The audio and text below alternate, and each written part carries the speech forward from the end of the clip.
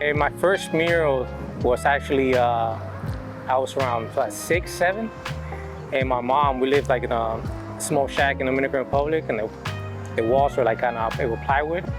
And my mom just let me just draw in the walls in the room.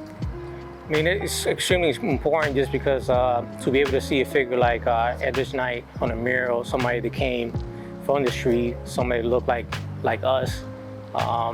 It's just extremely inspirational for you to be able to see that regardless of where you came from, you're able to make an impact in the world and be able to do bigger things and to be represented on this scale so you can keep inspiring like the next generation of artists and young kids that might not think that art is a creative output, is something that's a life worth pursuing. I did not know him until he became a customer, and I didn't know his history until later. I knew he was a writer. I knew he loved jazz.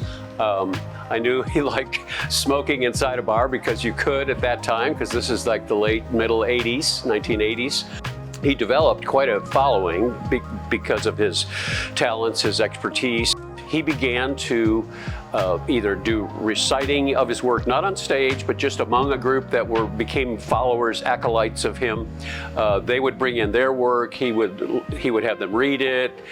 They would do some critiques. There was college age. They weren't coming in to get a drink. They were coming in to be in the presence of Etheridge Knight, to both learn from him, experience the space, the place, and the jazz. Fun to have him here. All I want is my woman back so my soul can sing.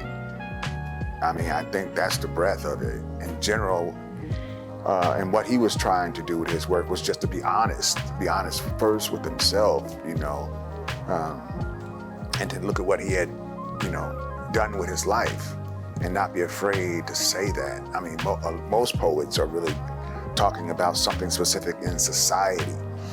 They don't really place themselves as part of that. I think one of the things that we have a hard time with in indie as artists is that we kind of isolate ourselves or we leave, right? And there's like really nothing in between those two things. So it's really nice to have the opportunity to pull like an international artist in and get to connect with them and teach them about indie, because we're very different than the way we're perceived.